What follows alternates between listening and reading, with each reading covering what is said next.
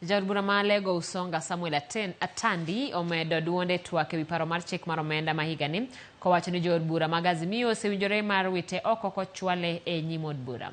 Omedo ni gidhi wite oko kaponi lokruoge ma jopiny dwaro ok otimne. Atandi omedo ni parono mar chik en mana mar thiro ngima jo-Kenya kaluwore kod osuru mamalo moket ne mwandu mitiyogo pile ka pile.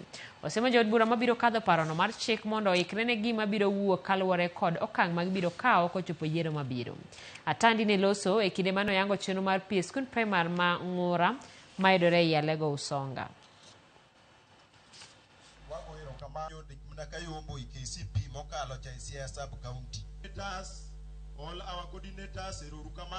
I heard some of my colleagues saying that they are going to support that tax, even if Kenyans do not support it.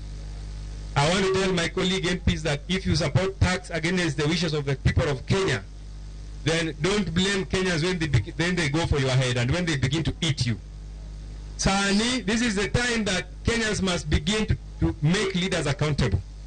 Because you cannot bring a tax and you go to the public, you take public views, they say the tax is bad, they don't want it, and you go ahead and enact it.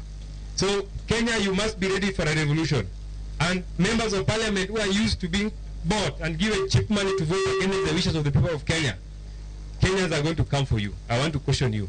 So in one accord, I want to announce that as members of ODM, especially members of ODM from this region, we have already held a meeting and we have decided that we are going to oppose the bill unless they bring changes that Kenyans have proposed.